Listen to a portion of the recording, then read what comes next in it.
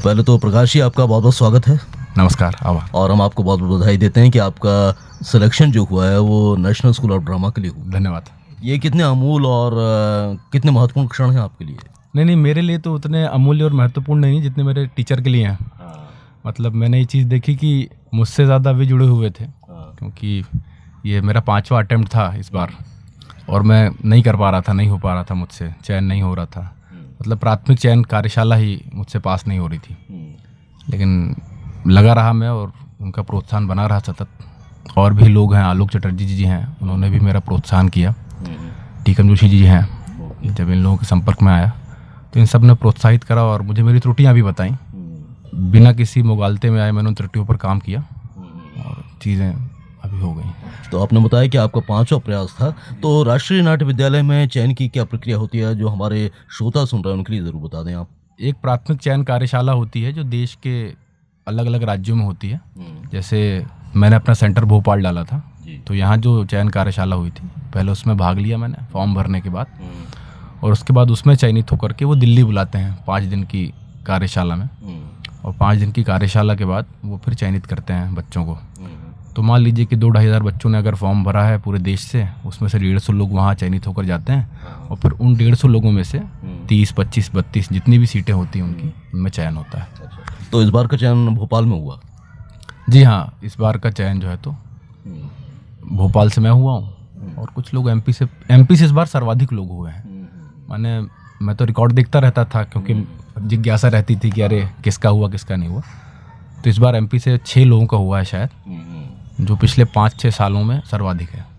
बहुत अच्छी बात है। और मध्य प्रदेश से जो 6 लोग चयनित हुए हैं वो इसलिए भी बधाई की पात्र हैं क्योंकि लगातार मध्य प्रदेश में थिएटर का जो ग्राफ है वो लगातार बढ़ता जा रहा है, और ज़्यादा से ज़्यादा कलाकार हम देख रहे हैं कि चाहे वो नाटकों में काम कर रहे हों या फिल्मों में काम कर रहे हों, यहाँ से निकल रहे हैं। हम जानना चाहते हैं प्रकाश, आपकी कैसे जर्नी शुरू हुई इसकी नाटक की? मैं पढ़ने में थोड़ा अच्छा नहीं था, मतलब बुरा नहीं था, लेकिन पढ़ाई मन नहीं लगता था मेरा। तो 12th क्लास में फेल हो गया था। तो एक मेरा साथी मांगी लाल जी शर्मा है, रंग संचार के संचालक, उनकी नाट्य की कार्यशाला चल रही थी घासीराम कोतवाल की, वो जाता था और वो मुझे लेकर के चला गया वहाँ पर।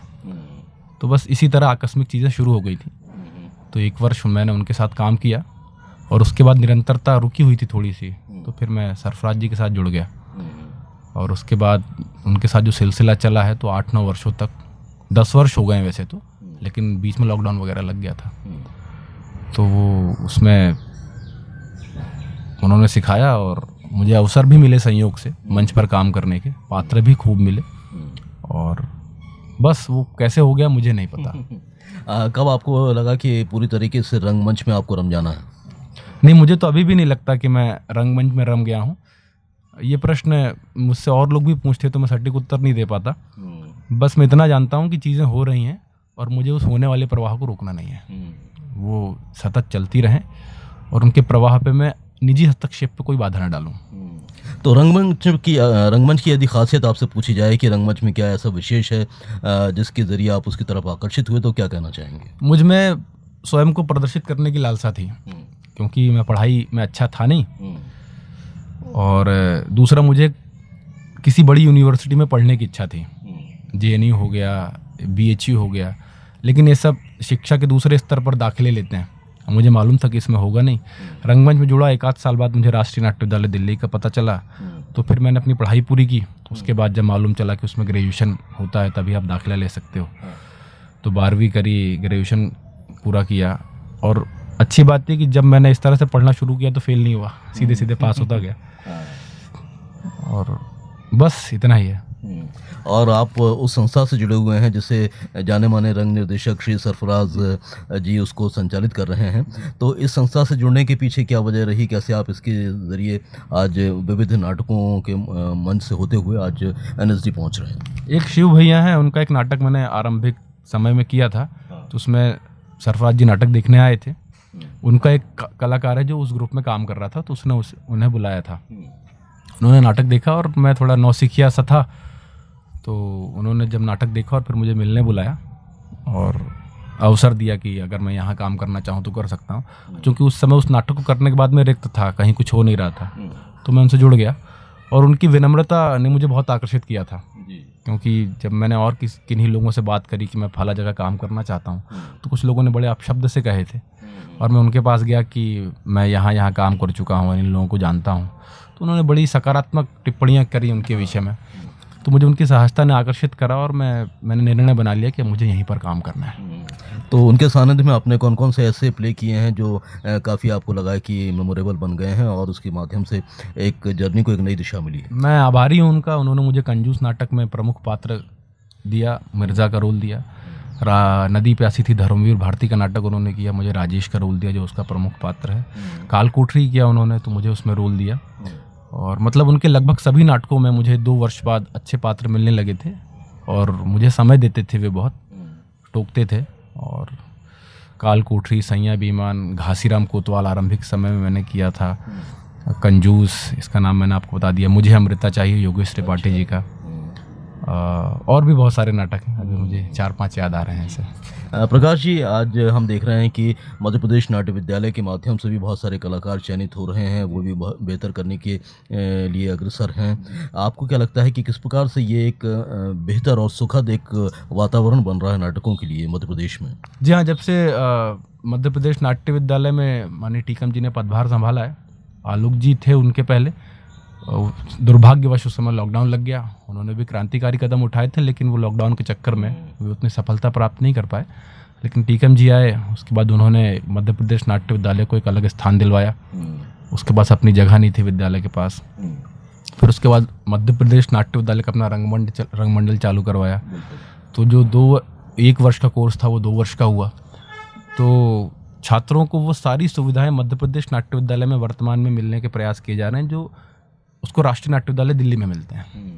कि 2 वर्ष का आप यहाँ से डिप्लोमा करो, उसके बाद 2 वर्ष उसकी थिएटर लैब है जो रंगमंडल है, वहाँ पर काम करो। तो इस तरह वो आपको 4 वर्ष का एक अपॉर्चुनिटी देते हैं। और उसके बाद से एक माहौल बदला है, मतलब युवाओं के दृष्टिकोण से। अभी मैं देख पा रहा हूँ, क्योंकि संयोगवश मध्य प्रदेश नाट्य विद्यालय की 3 कार्यशालाओं में मैं था, उसमें चयन नहीं हो पाया मेरा, लेकिन मैंने देखा कि उसमें किस तरह बच्चे आए और किस तरह वे काम कर रहे हैं आगे। और नाटक भी सतत देखता रहता हूँ मैं। तो अलग अलग निर्देशक वे बुलाते हैं, काम करवाते हैं, तो जो यहाँ के स्थानीय रंगकर्मी, उनके जो नाटक हैं, उनको भी तुलनात्मक दृष्टिकोण प्राप्त होता है, जिससे वो अपनी अच्छाइयाँ भी देख पाते हैं और अपनी बुराइयाँ भी देख पाते हैं। तो अब राष्ट्रीय नाट्य विद्यालय में कब से आपकी गतिविधियां शुरू हो जाएंगी और वहां जाकर आपकी प्राथमिकता क्या रहेंगी? क्या और बहुत सारे कलाकारों की तरह आप बॉलीवुड में भी जाना चाहेंगे? नहीं, ये तो मैं नहीं जानता। मैं पिछले 10 वर्षों से रंगमंच में हूँ और मैंने अभी तक एक बार भी ऑडिशन नहीं दिया है सिनेमा का। मुझे नहीं पता, लेकिन मैं इतना जानता हूँ कि मुझे अपने स्किल्स पर काम करना है, जो रंगमंच की सार्थकता को, अभिनय की सार्थकता को सिद्ध कर सके। जी हाँ। तो गतिविधियों का क्रम कब से शुरू होगा आपका? गतिविधियों का क्रम, अभी वहाँ से एक मेल आएगा, मान के चलिए कि 20 से 25 दिन बाद वे मुझे बुला लेंगे। और वहाँ पर मेरी कक्षाएं आरंभ हो जाएंगी।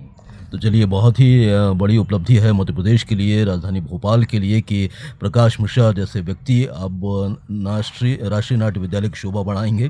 और ख़ासतौर से आप बघेलखंड के हैं, तो थोड़ी सी उसकी खुसूसियत के बारे में बताइए हमारे श्रोताओं को कि आप कहाँ से हैं और कैसे आप भोपाल पहुँचे। अब मेरा जन्म मऊगंज ज़िले के उरैया गाँव में हुआ था। और किसान परिवार से हूँ मैं मूल रूप से। और मेरे जो दादा लोग थे वो परंपरागत रूप से रामलीला किया करते थे। तो दुर्भाग्यवश 2005 के बाद उनकी रामलीलाएं बंद हो गई आर्थिक कारणों से। और चूंकि एक तरह का समय का परिवर्तन हो रहा था, जो आर्थिक स्तर पर सशक्त होने के लिए आपको प्रेरित कर रहा था, और उस समय उससे अर्थ तो मिलता नहीं था विशेष रूप से, तो वो चीज़ें वहाँ से छूट गई। मैंने बचपन में रामलीलाएं देखी, वो मेरे मस्तिष्क में कहीं ना कहीं था, तो वो गया तो था नहीं। और जब मैं पिताजी यहाँ ले आए, वे भोपाल आ गए अर्थ की खोज में, और यहाँ ले आए तो बस यहाँ चलता रहा ऐसा ही सिलसिला। लेकिन जैसे ही मैं रंगमंच के संपर्क में आया, तो वो बचपन की स्मृतियाँ, जो रामलीला देख के रावण के पात्र मुझे आकर्षित करते थे, और जो अन्य पात्र जो बड़े ही अट्टहास वाले होते थे, तो वो एकदम से स्मृतियाँ मेरी वहाँ जुड़ गईं। और वो अबोधपने की चाहत यहाँ पे आके फलित हुई, और इस तरह काम शुरू हो गया।